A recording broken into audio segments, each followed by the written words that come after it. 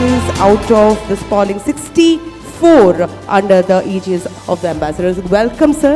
Welcome to this evening, welcome to this event, and we have these personality on the stage, so we should actually depart and let the one-to-ones to Odisha today and tomorrow. Sama, for a wonderful introduction of Dr. Madan Mohan Sethi.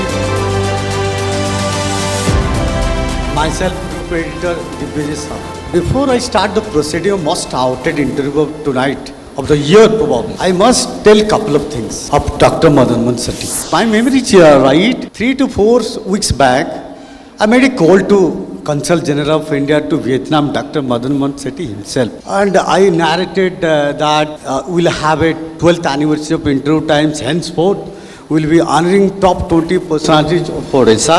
They have done a remarkable job in the last recent years. He patiently listened me for at least our talks, the conversation lasted for 7 to 8 minutes. I readily accepted a proposal.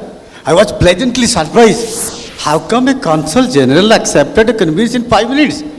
I kept on thinking for 2 to 3 days.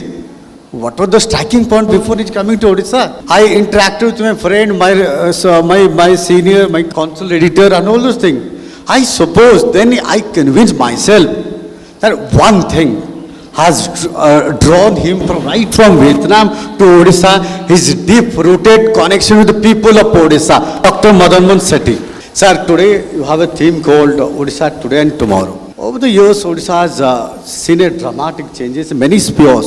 If you talk about sports, roads and buildings, and even health sector. So many sectors it has risen to the occasion. To understand as from a neutral side, sees and obviously Odisha's story from Vietnam, you must listen from his words rather than me. Indian Foreign Minister Dr. S. Jaishankar recently told to the media, even public, he lives international, which is a huge compliment, isn't it? So my question is, where does Dr. Sethi live? Because you are a man of two creatures. One is your home soil in Odisha and you serve Vietnam. So where did Dr. Sethi live? So good evening to all of you and thank you for inviting me to this important occasion. I think this is a rare privilege for me to speak before such a august audience. So first of all, I must like to wish all of you on occasion of Gandhi Jayanti today. Mr. Divya told actually, if you know, I think in the last 9 years, the nature of engagement with the public has changed a lot. The people who are staying outside, the common people,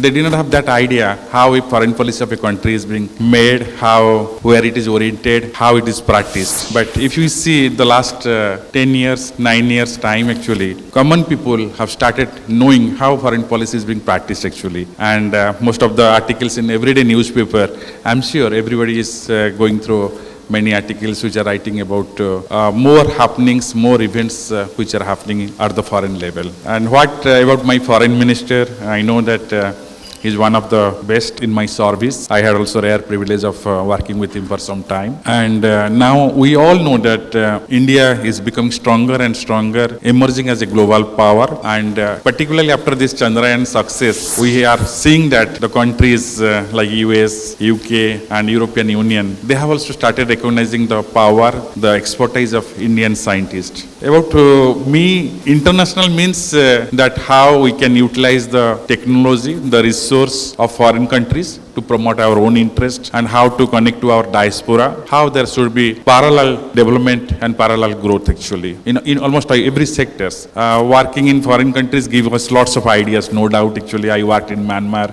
I worked in Rome, then I worked in Vietnam. All the three countries, three different perspectives, but I learned a lot also. How the governments, how the public, the community, they also come together to have some priorities. And sometimes also we can learn from these countries, which we can practice in our own country. Wonderful. So, by the way, where do you most enjoy, whether in your home city or as the soil of Odisha, or Vietnam? What do you enjoy the most, being in the state or Vietnam?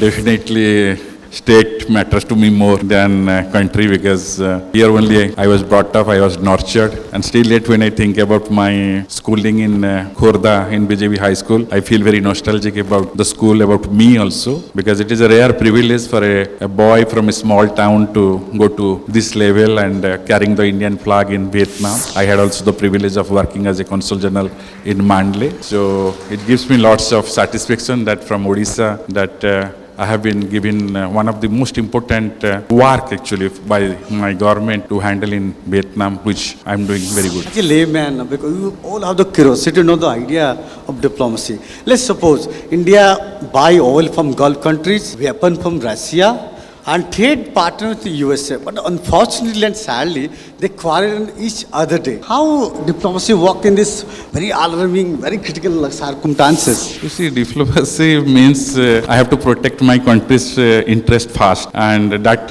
now we are doing, whether we buy the oil from Russia, whether we sell it to other countries. The priority is to protect our interest because we have, a large population, big importer of oil from other countries. So, to protect our people, to protect our national interest. Nation interest comes first to your as a diplomat. Definitely. So G20 was a game changer in geopolitics. In Indian perspectives, to contain and command over international forum, India needs to be very powerful in terms of economy, military, and the growth story of GDP.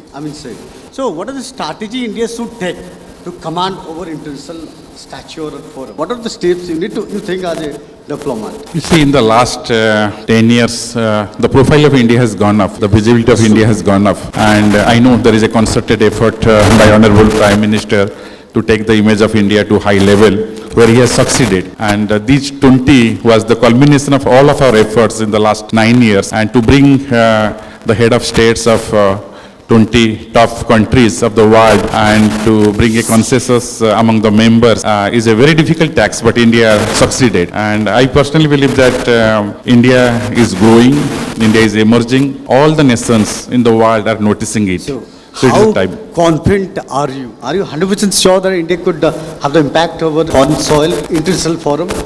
How much you confident? Yeah, definitely. I think I can tell you, like when COVID happened, India was the country which provided vaccines and medicines to more than 100 countries. And I myself was handling 31 Central European countries. Yeah. You have done a stellar job. I can remind you, I had done a story interview of sir over telephony.